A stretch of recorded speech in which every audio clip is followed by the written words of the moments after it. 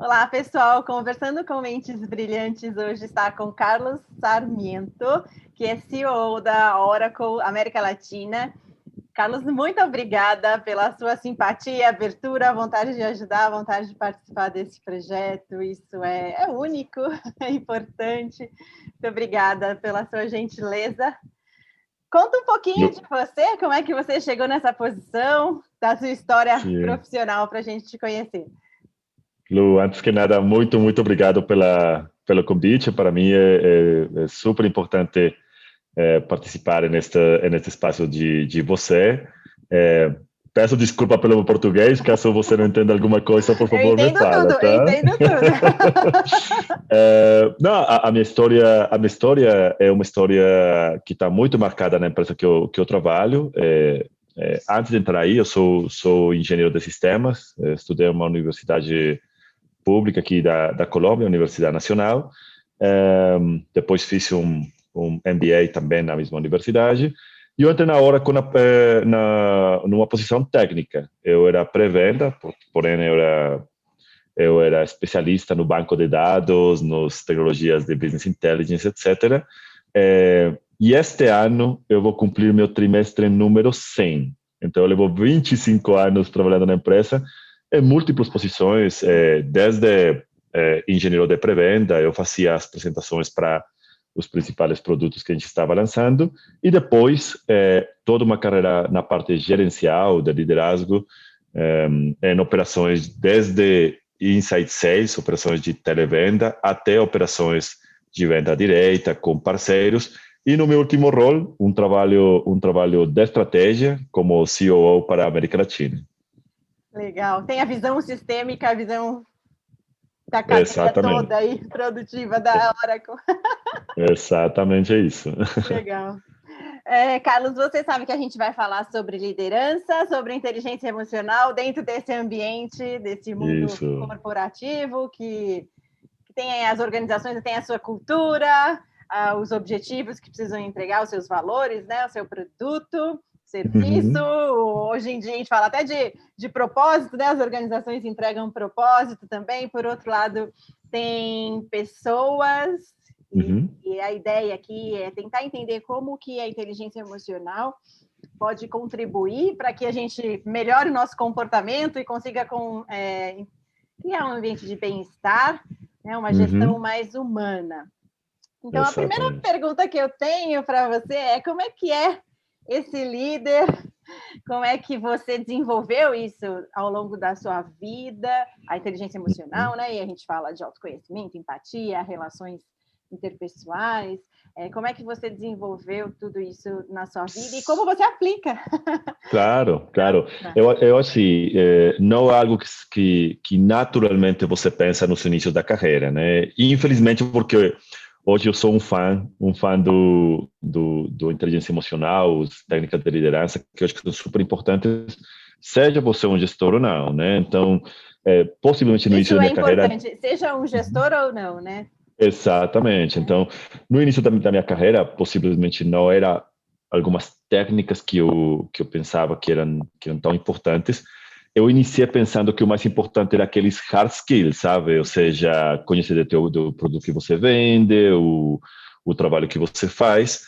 Mas muito rapidamente, assim, eu fui percebendo a importância daquela outra parte dos soft skills, que a maioria das vezes foram testados nas situações de mais crises, né? De as situações difíceis, quando você tinha uma meta que era difícil e seus funcionários possivelmente estavam com problemas para atingir, quando você tinha uma reunião com os outros gestores que era difícil de administrar, todo naquelas situações mais críticas, a inteligência emocional começou a jogar um papel fundamental para você ter mais ferramentas de trabalho e de administrar essas situações, né? O teu autoconhecimento, por exemplo, começou a jogar um papel fundamental. Não sei, no meu caso, eu comecei a olhar que eu tinha uma habilidade com tendência à inovação, com tendência possivelmente a uma parte mais de pensamento estratégico, o controle emocional, né? Onde quando muitas vezes assim, e eu comecei a olhar isso muito nos principais executivos da Oracle, sabe? Ou seja, quando eu olhava que, inclusive nas situações mais críticas, de mais estresse, eles tinham um controle emocional quase perfeito, né? Então, esse tipo de coisa, automotivação, né? Como você, inclusive em situações difíceis, ou quando você não consiga seus objetivos, ou um trabalho que às vezes fica repetitivo, ou que não bate tuas expectativas, como você se automotiva e manter uma postura positiva, né? Então, tem muitas dessas ferramentas que eu fui aplicando durante a minha carreira. Verdade. Até em crises, né? Como é que você se mantém automotivado, né? E positivo em épocas Isso. difíceis. Uhum. É principalmente para esses momentos, não? Eu acho que, inclusive, você começa a encontrar uma utilidade, uma abertura destas ferramentas naqueles momentos, né? E quando você olha o trabalho da gestão, é exatamente isso, é administrar recursos limitados em momentos ou em desafios difíceis, né? Que é exatamente porque a gente trabalha nesse tipo de trabalhos, né? Pensando em organização, você falou aí, já está há mais de 20 anos na sua organização e passou por várias áreas, então conhece bem e com certeza conhece outras organizações por conta dos negócios que vocês fazem.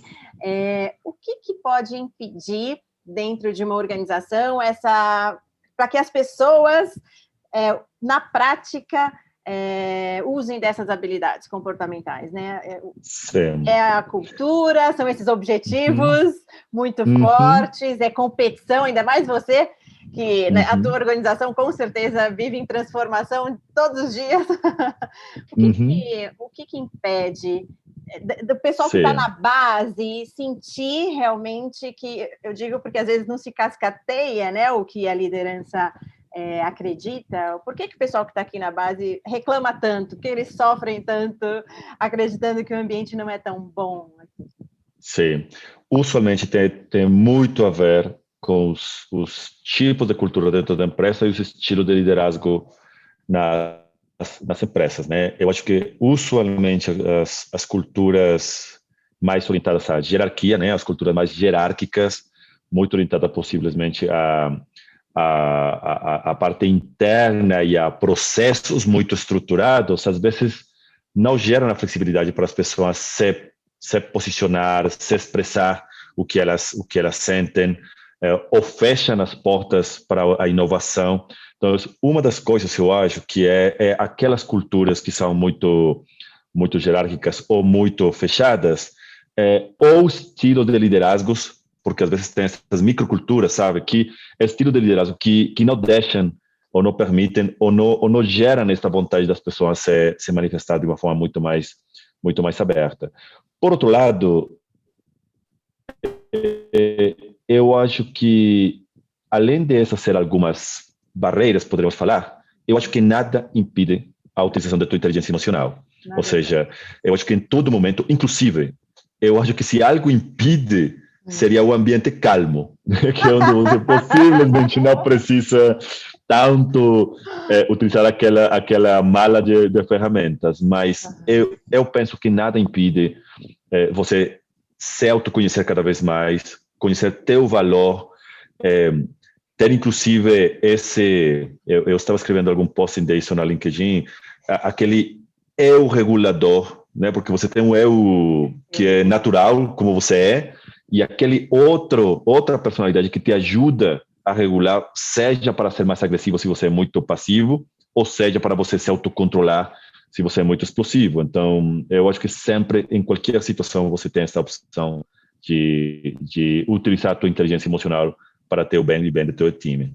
Eu gosto disso, dessa ideia de que, mesmo em ambientes muito difíceis ou em situações muito difíceis, a gente pode escolher por algo melhor para nós, né? Claro. Eu posso escolher como eu me comporto, né, nesse ambiente. Claro. E em qualquer caso, Lu, você pensa assim, não sabe, tem uma cultura muito hierárquica, essa cultura ninguém vai escutar a minha opinião. Mas você pode ser a pessoa que transforma essa cultura, sabe? Você poderia ser a pessoa que, além de não estar no dia a dia da empresa, não ser fomentado, possivelmente você encontra um caminho para quebrar esse histórico, né? Então, passa às vezes por você ter esta paixão de procurar coisas novas, mas para isso precisa essas técnicas, precisa saber o que você pode oferecer, como você pode se automotivar, inclusive em momentos, em situações onde as tuas opiniões não são escutadas, por exemplo, e você encontrar um jeito de quebrar a cultura. Às vezes a cultura pode te atrapalhar, mas você pode ser o gerador da cultura também, da tua empresa ou teu próprio ambiente de trabalho. O microambiente, né? Isso é interessante, porque se a gente se coloca na posição de agente de transformação, e não falando isso como um clichê, mas de verdade, acreditando de que a gente pode transformar o nosso ambiente, a gente vai ter que ter força, porque não é fácil, né? A gente vai ter que realmente... Não é fácil. Encontrar automotivação, né?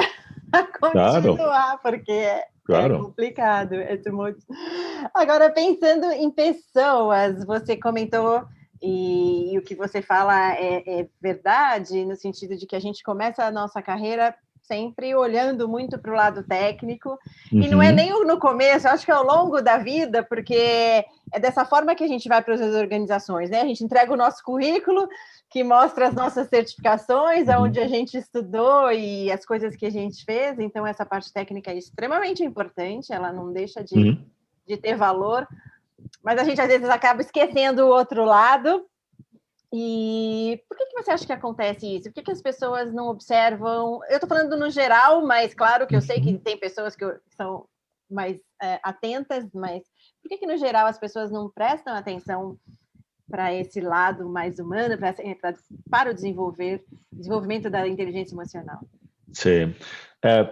Possivelmente o primeiro que eu falaria para você é que eu se começo a perceber uma mudança nesse processo, ou seja, cada vez mais eu acho que a parte, vamos falar, de soft skills começa a ter uma maior importância que necessariamente aquele conhecimento técnico. Obviamente, à medida que as empresas vão se especializando cada vez mais, até para elas se diferenciarem, é precisado um conhecimento específico. Por exemplo, nas áreas de tecnologia ou indústria de tecnologia, vamos falar, por exemplo, que o cloud é uma tendência. Mas claramente você tem que ter algum conceito e alguma especialização. Pode ser a parte hard, algo que você pode treinar, você pode ensinar, você pode entregar este conhecimento dentro dos programas de treinamento que você tenha dentro da tua própria empresa.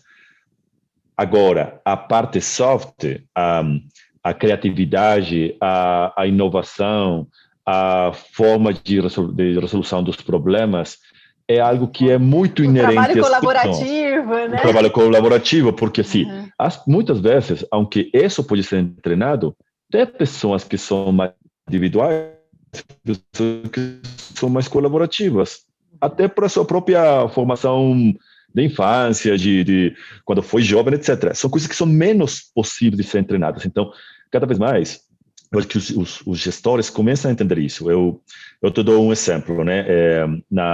No meu trabalho passado, a minha estrutura talvez umas 600, 650 pessoas. Obviamente, a gente entrevistava com frequência pessoas para ingressar à nossa organização. Eu olhava alguns dos pontos hard dentro da entrevista, mas não era o que eu mais reparava.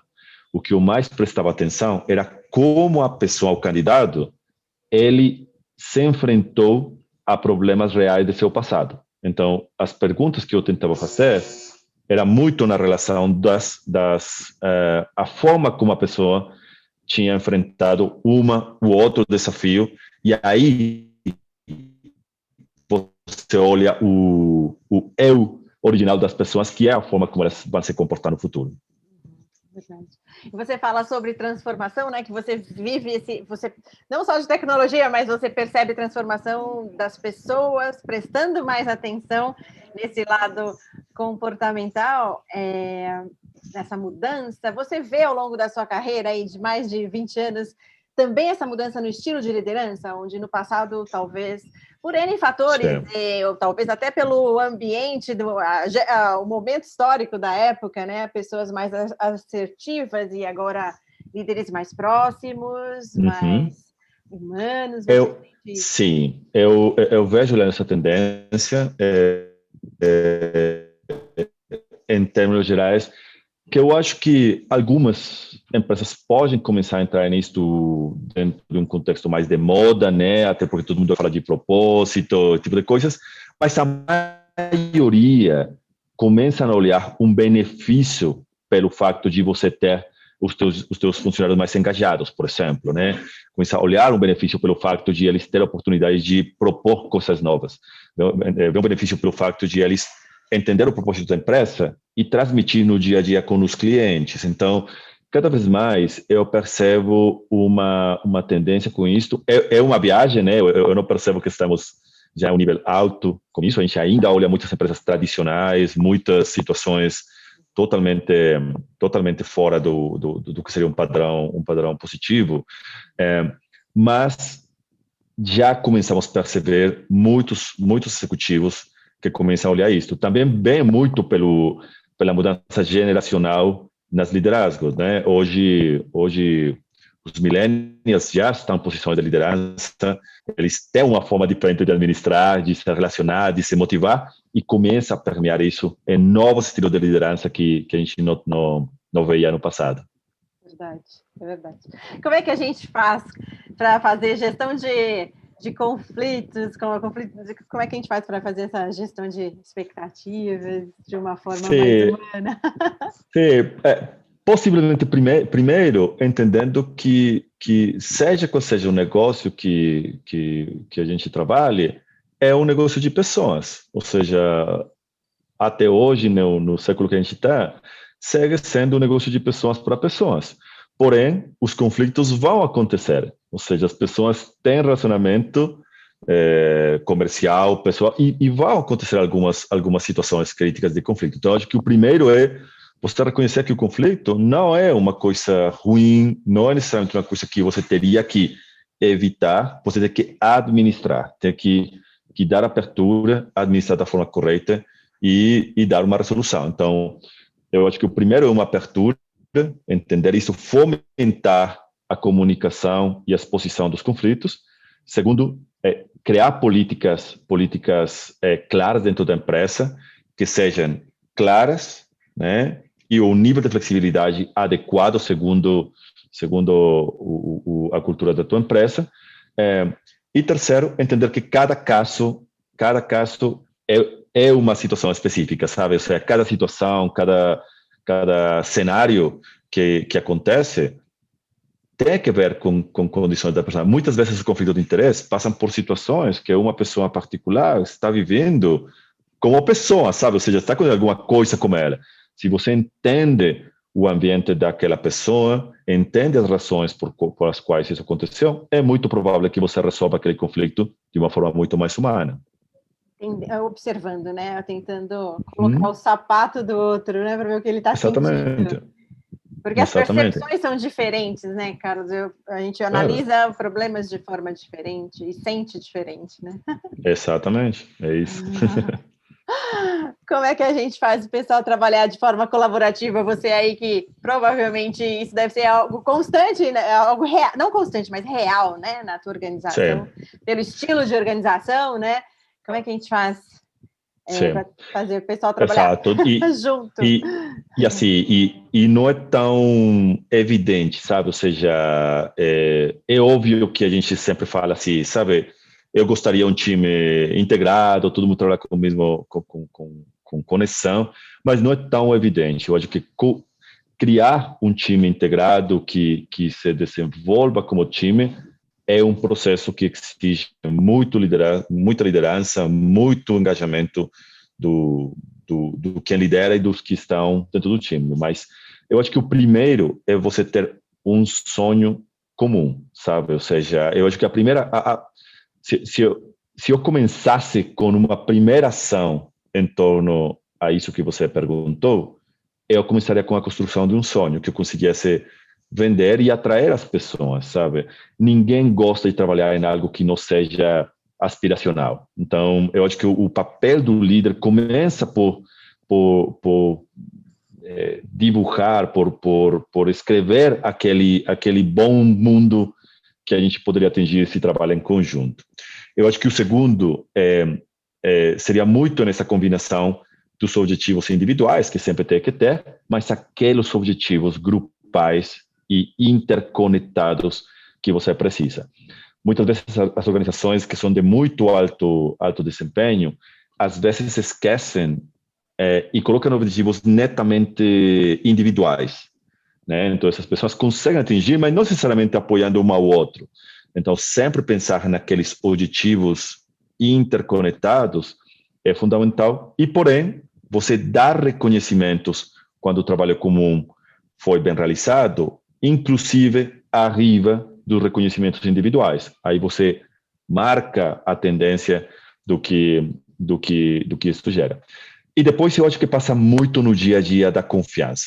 Ou seja, se você é um líder que dá confiança nas pessoas, se o colaborador começa a confiar com essas pequenas ações, sabe, que acontecem no dia a dia, o trabalho colaborativo começa a ser construído. A gente tinha um professor de cultura e ele falava que o trabalho colaborativo é uma cultura, né?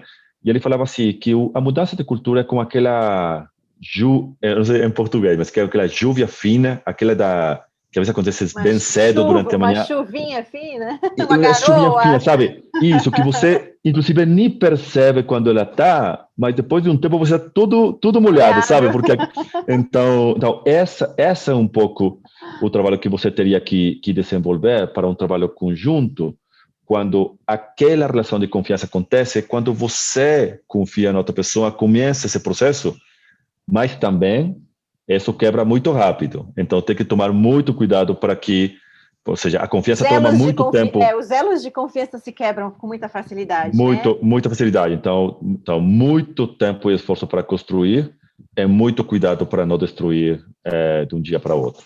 Por isso, eu acho que a transparência e a comunicação clara, né, ajudam, né, no dia a dia. Com certeza. Com certeza. E a hora que quebra, agora você falou que os elos de confiança se quebram com facilidade. Se quebrar, como é que a gente faz? A gente pede desculpas, a gente reconstrói como? Sim, agora é enroscado, assim, né? É difícil mesmo. Sim, exatamente, sabe? Porque isto, na teoria, é muito lógico e simples, mas na prática não é tão. Ou seja, é óbvio que quando você comete um erro, você teria que pedir uma desculpa. Sim, e isso parece como muito evidente. Mas na prática e nas empresas, nas organizações, sobretudo nas corporações muito mais grandes, tem outras coisas, né? Tem os sinais de poder, tem as exposições que você gera se você precisa falar que cometeu um erro. Mas, então, são alguns elementos que, com certeza, modificam e geram a dificuldade de ambientes transparentes e abertos. Mas aí, eu acho que o exemplo do líder é que marca a tendência. Se você olha um líder que tem abertura para falar das coisas que possivelmente fez errada, ou que a decisão, depois de tentar, não foi correta, as pessoas começarão a entenderem que possivelmente elas consigam se equivocar também e não seja uma situação negativa, simplesmente parte do aprendizado. Então, o líder joga um papel muito importante e é impressionante como, às vezes, as pessoas que estão nessas posições não percebem quanto elas estão sendo observadas. Mas o gestor, o líder, o influenciador é percebido 24 horas. 24 horas, né? Então, e é duro, não é? Porque você não pode dar uma escorregadinha, assim, e você não somos pode humanos, dar. Né? Exatamente. Aí tem o risco que você tente, pelo fato de você ter essa exposição, tentar mostrar uma cara que não é a sua, né? Então, eu acho que a mensagem é, além de entender que você tem esta responsabilidade, sempre tentar mostrar a tua própria forma de resolução dos teus problemas, as tuas próprias emocionalidades que todos temos, obviamente, dentro do entorno corporativo, que isso é o exemplo para as futuras gerações. Verdade. O que um gestor não deve fazer? Se fizer, perde o time, ninguém mais trabalha junto. Tudo que Essa você pergunta falou aí. Tudo que você essa falou aí pergunta tem muita. Aí poderia fazer outro vídeo somente Outra falando vida disso, só. né? Mas eu acho que tem várias, né? Eu acho que assim, a primeira que eu falaria, inclusive a gente estava falando com algumas pessoas nessa semana, de coisas negativas que eu olhava no gestor. Uma delas, que é a principal, é o irrespeito, né? Ou seja, eu acho que o gestor começa pelas coisas mais básicas, sabe? Ou seja, um gestor tem que entender que é obrigado a se exigir, se procurar com respeito. Eu acho que quando você quebra essa parte, e parece mais uma vez evidente, mas tem muito gestor ainda que tem estas frases tipo se vocês não vendem o que a gente tem para vender essa semana, alguém não vai ficar aqui nessa empresa próxima semana, né? Então, esse tipo Trabalham com de ameaças, né? com ameaça Mesmo que que é sejam sutis, né? Mas trabalham com exatamente ameaças. Uhum. hoje que São não é exclusivo, pequenas opressõezinhas, assim, né? pequenas opressões, sabe? Ou seja, essas hoje que não é exclusivo, mas tem esse tipo de coisas de irrespeito com as mulheres, por exemplo. Não? Então, não é exclusivo, mas a gente percebe, às vezes, esses comentários. Então, um gestor, eu acho que tem que manter sempre o respeito como uma base principal. Eu entrevistava há pouco aqui um dono de um grande corporativo de viagens, uma agência de viagens muito grande aqui, muito famoso. E eu perguntava para ele que era uma das coisas mais importantes que o gestor teria que ter. E ele falou assim, a primeira, a ética por arriba de tudo, né, por cima de tudo. Então, acho que outra coisa que o gestor não teria que fazer é quebrar a sua ética, sabe, os seus valores, né, que eu acho que outro ponto que não teria que fazer nunca, né, nunca. E depois eu acho que tem outras coisas muito mais no dia a dia. Por exemplo, um gestor não poderia operar sem um plano. Ou seja, como você dirige alguém se não sabe para onde você vai? Então, o gestor, seja um gestor do segurança da entrada do prédio, ele tem que ter um plano, porque as pessoas têm que entender qual é a razão que eles estão trabalhando aí. Então, todo gestor teria que ter sempre um plano, transmitir esse plano e não teria que deixar esse tipo de coisas por fora, né? Então, tem um monte mais de coisas que o gestor não teria que fazer, mas eu acho que essas três eu te falaria que são principais. Principais. É verdade. E quando a gente pensa assim nesse momento de transformação que a gente já falou aqui várias vezes, não só de tecnologia, mas de pessoas também, né? Que as coisas caminham juntas, as pessoas mudam, a tecnologia muda também e tal, né? Mas quando a gente pensa nisso, fala-se muito sobre futuro de trabalho, as pessoas até têm receio, né? Onde eu vou estar daqui a uns 5 anos? Será que a minha posição ainda vai existir ou não? E tem toda essa angústia de algumas pessoas. O que esse mundo em transformação, que é sempre em transformação, mas que agora vem muito mais rápido, qual é o estilo de liderança que esse mundo pede, pensando no futuro desse trabalho? Eu acho, na minha visão, que o estilo de liderança do futuro é um estilo de liderança inspirador. Ou seja, tem tudo a ver com a inspiração. Eu acho que, claro, que você sempre terá que utilizar o teu liderazgo situacional, ou seja, segundo as situações, você não sempre tem que estar no modo inspirador, você tem que estar no modo mais diretivo, a vezes um modo mais de liderazgo de coaching, segundo o nível das pessoas. Mas se eu definisse aquele que vai dirigir os próximos passos, seria um liderazgo muito mais inspirador. Por isso, a conexão com o propósito começa a ser importante nas empresas. Por isso, você começa a admirar alguns líderes, mas também começa a não admirar muitos muito rápido, né? Pelo fato de eles não gerar essa paixão que você precisa nas coisas que você faz.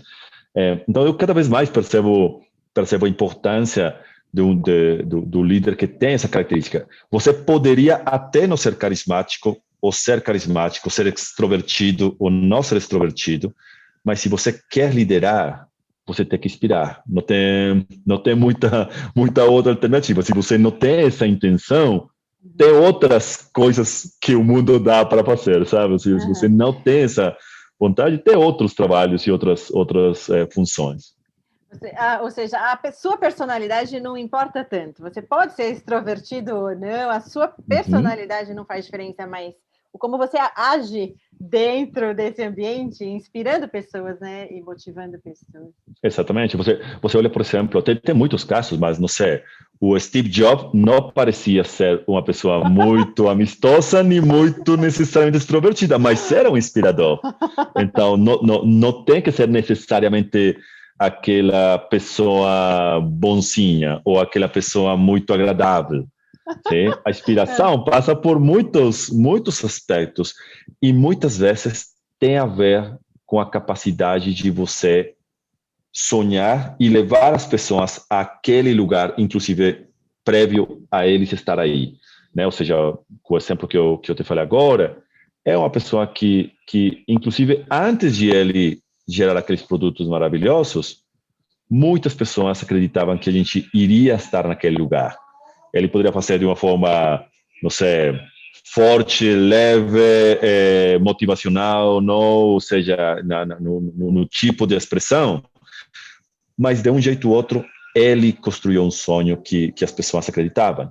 E aí, quando você gera esse ponto, você nem precisa, muitas vezes, não sei, puxar o carro, sabe? As pessoas propriamente caminharão. Então, isso que eu pensaria. Não percebo que ainda a gente tem tantos líderes inspiracionais como a gente precisaria, mas eu começo a olhar já muita mais tendência nisso, com certeza.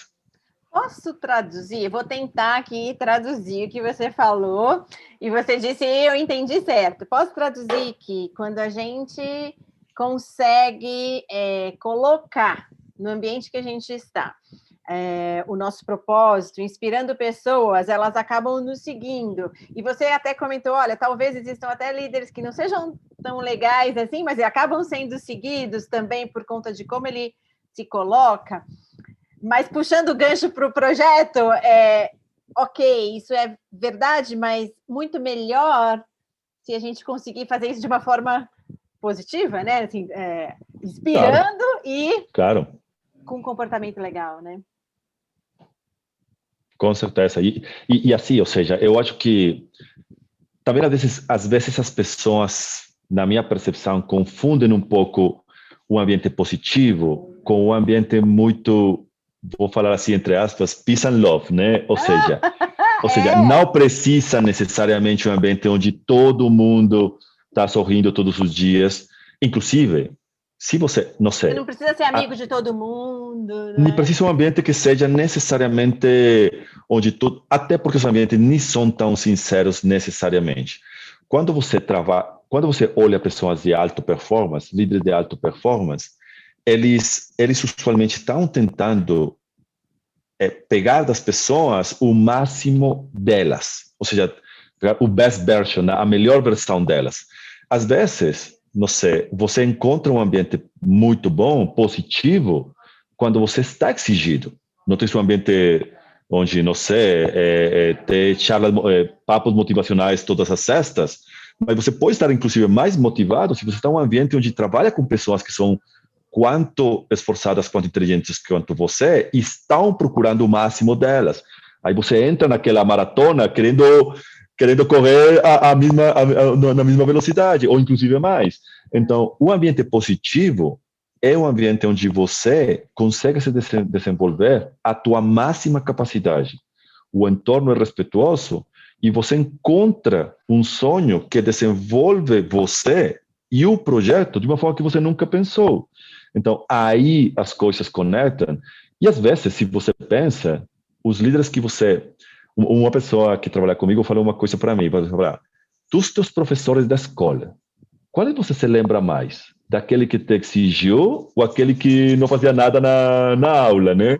Então, às vezes, inclusive, um ambiente positivo tem que ver com a exigência correta, o modo tem que ser correto, ou seja, o modo, a forma sempre tem que se conservar da forma correta, mas o fundo pode ser de enorme exigência e muitas pessoas, e eu me incluo entre elas, moram melhor num ambiente de alta exigência respeituoso que um ambiente passivo, tranquilo, onde as coisas não acontecem na forma que a gente espera. Verdade. A gente consegue traduzir tudo isso em uma palavra do que é a boa liderança? Em uma palavra? Assim, é difícil, mas eu retornaria àquilo que eu te falei. Se eu definir uma palavra em relação à liderança, seria inspiração. Eu acho que tudo tem a ver com isso. E quando você pensa em um liderazgo inspiracional, você tentar esta inspiração, o primeiro que tem que você pensar é se você é uma pessoa inspirada, né? Antes de você tentar inspirar os outros, né? Então, senão a gente não consegue entregar o que a gente não tem, né? Exato, e sabe, cada vez mais, e com esses esquemas de informação aberta, cada vez mais as pessoas são muito rápidas, ou seja, quando você não é original, não é genuíno, as pessoas percebem automático, sabe? São pessoas automático. Quando você é uma pessoa que não gosta de pessoas, que você é individualista, que você não gosta de tratamento bom às pessoas, mas você tenta colocar aquela forma que você se é, as pessoas percebem muito rápido.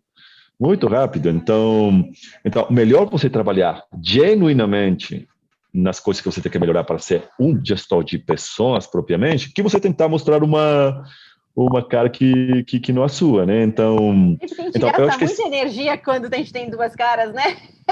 Gasta muita energia. É difícil ter uma só, né? Com duas, eu quero dizer... Já com uma só é difícil, né? Eu tô brincando, mas eu quero dizer, uma hora a gente se entrega, né? E as pessoas vão perceber. Isso é evidente. Inclusive dentro, e possivelmente seja uma frase um pouco clichê, mas obviamente o tema, o tópico de inspiração tem a ver porque tua função de liderazgo é procurar e desenvolver novas pessoas que queiram liderizar. Não é necessariamente você ter um monte de pessoas que não pensam, que simplesmente fazem o que você dita ou determina. É o contrário. É como você desafia. Usualmente os líderes bons, eles procuram pessoas, inclusive, que são melhores que elas em múltiplos aspectos, sabe? Se você é uma pessoa muito estruturada, eles contratam aquele que é um pouco mais maluco, um pouco mais louco, com ideias difíceis que ele não consegue administrar, porque ele sabe que isso complementa. Então, eu penso que a inspiração é, talvez, o ponto base. Depois, possivelmente, tem outras palavras que eu agregaria, mas essa seria, talvez, a primeira que eu definiria. Verdade. E a gente comentou sobre gerações, né? A gente falou de milênios, a gente sabe que nas organizações hoje, provavelmente em muitas, a gente tem 4 gerações, né? A gente tem aí baby boomers ainda, mesmo que numa porcentagem menor, mas eles estão. Nós aqui. Nós. Com força total, geração X. Isso. Temos os milênios e o pessoal Z chegando. Qual é a mensagem que você dá para esse pessoal mais novo que já estão muitas vezes em posição de liderança, né? Já influenciam, alguns com poder, né? Já nas mãos. Diz para eles. Assim, sim. Antes que isso, o primeiro que eu teria que falar é que eu adoro trabalhar com as pessoas jovens, sabe? Ou seja, eu tinha muita oportunidade na minha vida das organizações que eu liderei, com pessoas millennials, muitas delas, né? E sinceramente, assim, eu falaria assim, são uma espécie única, né? Tem umas condições bastante particulares, são muito rápidas para aprender.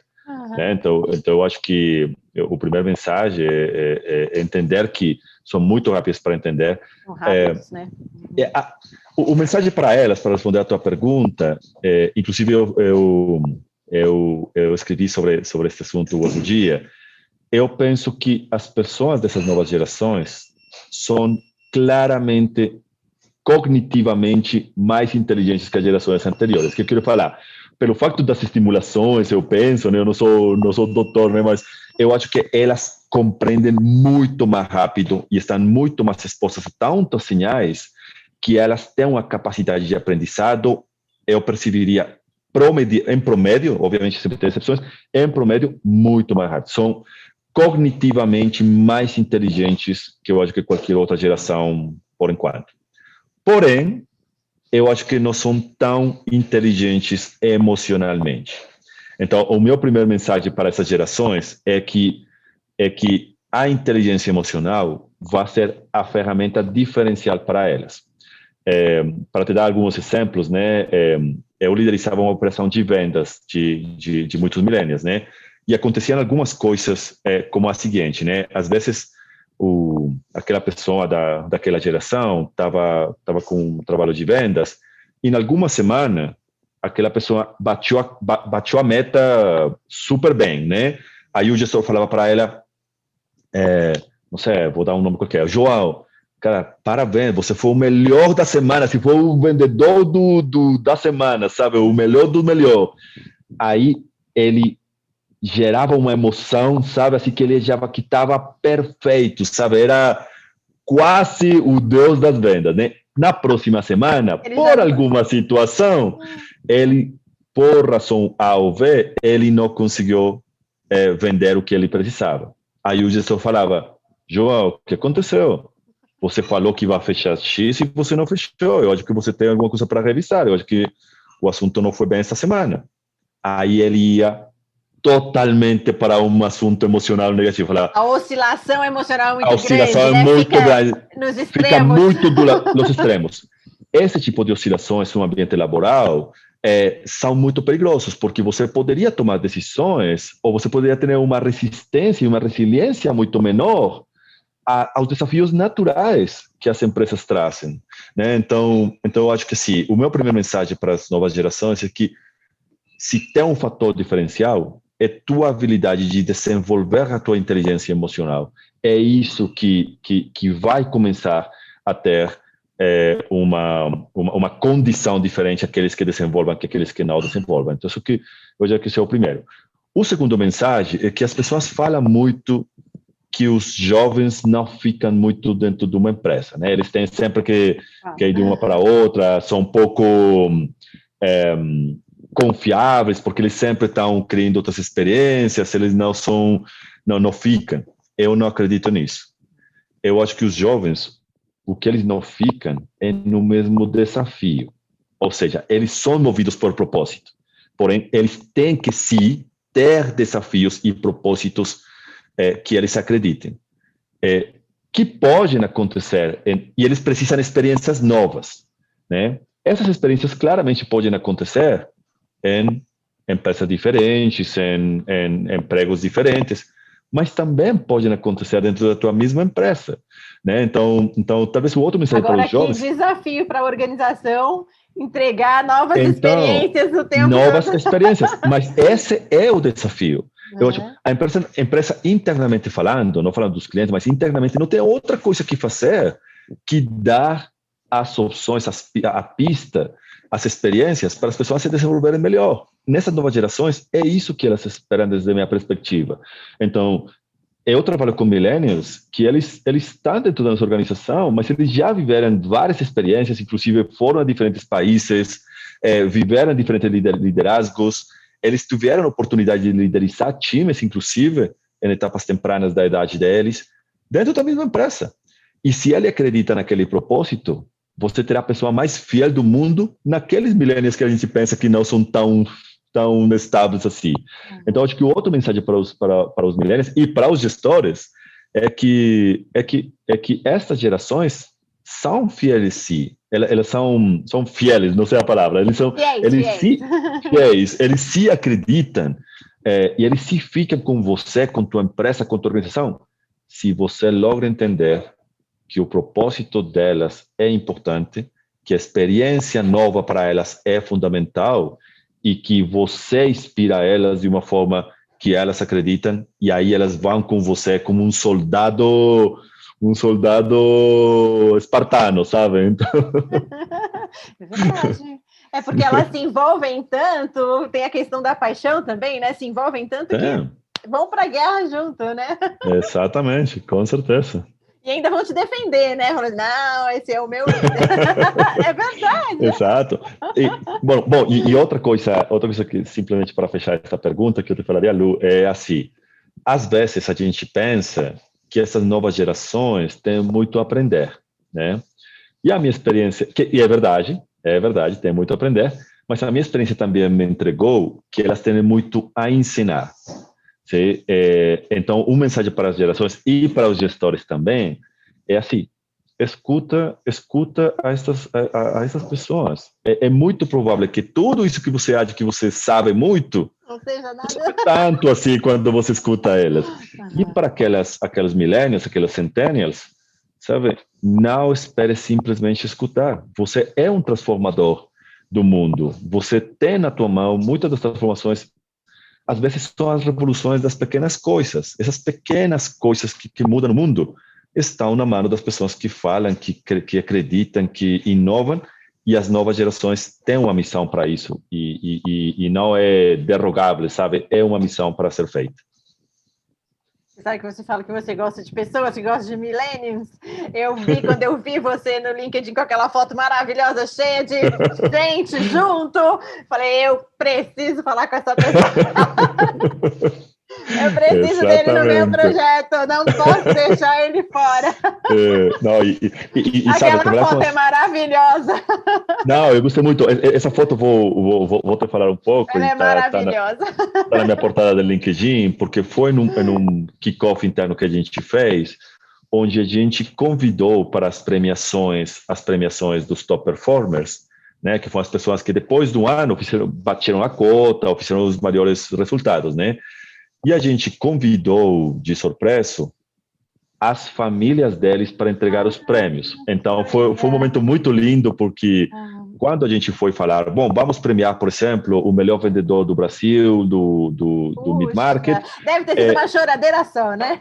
Sim, exatamente. Então, foi um momento muito, muito significativo, quando a gente conseguiu trazer os pais, as mães, os esposas, que elas entraram por a porta depois da gente falar, né? Inclusive assim, eu falei assim, eu vou dar o reconhecimento, por exemplo, ao senhor Manuel. Aí abriu a porta e entrou o pai, né? E foi o pai, o o esposo, que deram a premiação para a pessoa. Então, às vezes, as pequenas coisas... Você matou o pessoal do coração lá, né? Não, eu fiquei matado, sabe? Ou seja, eu falava para eles que o presente foi para mim, sabe? Porque eu senti assim uma gratidão muito grande. E aí você, mais uma vez, para o tópico que a gente está aqui neste live, a conexão das pessoas é muito importante. As pessoas somos pessoas, seja no ambiente 1, ambiente 2, somos pessoas. Então, vai para dentro de casa depois do que acontece dentro da organização, né? Ou seja, os líderes têm responsabilidade social, né? A gente tem responsabilidade de como esse profissional chega em casa, né? É exatamente o que você falou. Então, como você gera uma melhor motivação de uma pessoa quando você tem as pessoas que eles mais amam conectadas com ele, ou quando você força um resultado simplesmente você tem que fazer e ponto. Então, é isso. Na verdade, ali o que você fez foi... Você estava parabenizando essas pessoas que tiveram boa performance, mas você estava conectando com a família, dizendo... Aquela família tendo orgulho dele, né? Assim, dele ou dela. Exatamente. Que profissional fantástico, né? E aí gerou um fator importante, assim, foi quase um experimento, sabe? Porque gerou um fator também que usualmente as pessoas, algumas são nomeadas, é normal, e outras não são. Mas quando você conecta as famílias, quase as pessoas que não foram premiadas, elas se sentiam parte daquela celebração, sabe? Assim como que quase estou olhando meu pai aí, né? Então eu quero isso para mim também o ano que vem. Eu quero isso para mim também. Então essa conexão, sabe? Ou seja, que poderia gerar um muito melhor comprometimento desde a minha perspectiva, são coisas que às vezes são tão simples e que geram esse efeito. Uma mensagem, por exemplo, para os gestores que vão olhar este vídeo. Uma pessoa muito, assim, que eu quero muito, me ensinou isso. Quando eu fui para o Brasil, ela me falou assim, pega um papel, né, um post-it, pega uma caneta e escreve algo com a tua mão para algum dos teus funcionários. Aí eu falei, mas o que eu vou escrever? Eu falei, não, escolhe um deles, qualquer um que você acha que você quer escrever e falar algo, e toma o esforço de escrever umas frases, umas palavras que você acha que são boas, e deixa no escritório dela, ou dele. Sim. Eu fiz isso com uma funcionária nossa, né, que eu nem conhecia pessoalmente tão, mas eu sabia que ele estava fazendo um bom trabalho, e eu escrevi, não?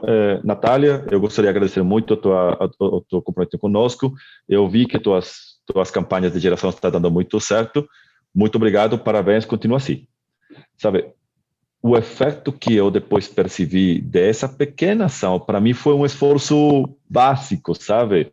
2 minutinhos para um bilhete, né? 2 minutinhos gerou uma onda espetacular de reconhecimento. Então, eu sei que às vezes é um tema de tempo, momento. Os gestores também, às vezes, estamos low, não? Estamos com nosso mood baixo, mas sempre eu acho que esse tipo de expressões são importantes e o gestor tem a responsabilidade de dar essas mensagens, esses sinais de que o time é valorizado. A gente fala dos clichês, né? Mas não é clichê, é verdade isso que eu vou falar. Aquela coisa de regar a plantinha todos os dias. A hora que você coloca um bilhetinho na mesa de alguém e fala, olha, seu trabalho tá legal, muito obrigada, fez diferença.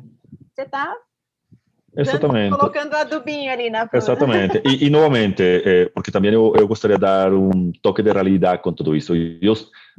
Parece simples, mas não é tão simples. O gestor vive em um cenário de pressão, vive em um cenário de, muitas vezes, particularmente os gestores de primeiro nível, segundo nível, eles estão no sanduíche, sabe? Ou seja, eles estão pressionados por arriba, tem um pouco a expectativa de seus funcionários, então não é tão simples você ter essa vontade sempre, mas... Tem que ser intencional, né? Eu preciso falar... Exato, então ter um pouco essa consciência, uma vez na vida que seja... Não, sempre! Idealmente mas sempre, mas começar... dá uma tentativa, tenta e olha o resultado. Se o resultado é positivo, possivelmente você terá a motivação de voltar a fazer a mesma ação. Ou a que você age, né? Ou seja, tem muitas opções para isso. Uma ligação, um bem-vindo. Agora eu pensei numa coisa, sempre ir para o lado profissional, né? Observando o lado profissional, para não causar problemas de comunicação, né? Com bilhetinhos, mas assim... Sempre, exatamente. Focando na profissão. E mais uma vez, tem a ver com a cultura das empresas, né? Algumas, esse tipo de coisas tem outras mensagens, outras não. Então, ter esta abertura, eu acho que é importante. E, sobretudo, não sei, a inovação de liderizar. Tem muitas ideias que você pode implementar muito rápido que podem ajudar. Também tem muitas vezes, e inclusive a maioria do tempo, que você está no trabalho, procurando resultados, procurando que o time se movimentar, procurando os problemas que acontecem com um cliente ou outro. É normal, mas tenta pensar que grande parte do seu tempo será muito bem investido se você gera o maior potencial do teu time. Carlos, muito obrigada. Bom falar com você, você é uma simpatia. A gente tem que marcar outras conversas. Vamos marcar outras conversas. Eu acho que esse é um tópico super importante, super legal. Eu gosto muito. Para mim, tem sido uma viagem, sabe? E ter cometido muitos erros, né? Muitos erros de liderazgo. Erros, né? Porque a gente aprende com eles. Exato. Então, eu acho que faz parte do processo, né? Às vezes você, intencional ou não intencionalmente, você toma algumas decisões que não são corretas. Às vezes você deixa de tomar decisões por medos que você tem e que inabilitam oportunidades para as pessoas ou para você mesmo. Então, é uma viagem, o liderazgo é uma viagem desde a minha perspectiva. Inclusive, eu penso que é sobretudo um caminho, né? Não tem um final necessariamente. Mas com certeza é uma viagem fascinante, sabe? É maravilhoso, ou seja, para as pessoas que tenham um pouco essa vontade de liderizar, de movimentar times, não deixe de ter esta intenção, esta experiência, e conecta aqueles componentes de inteligência emocional, conecta os teus componentes da tua própria personalidade e gera aquela mistura que você se sinta confortável e olhe que está evoluindo dentro de você. Ao final, qual é o livro a página do livro que você quiser deixar depois desta viagem, né? Inclusive, se a viagem fechara hoje, como seria aquele livro? Como seria aquela página? Então, sempre eu acho que isto pode nos entregar um caminho e necessariamente trará um benefício para a pessoa que tenta, né? A única que não terá benefício é aquela que não tenta, né? Então, isso que eu acho que é importante. Verdade. Muito obrigada mesmo, a conversa ótima. Espero que a gente fale mais vezes. Até breve. Claro que sim. Até breve, Lu. Obrigado. Até breve.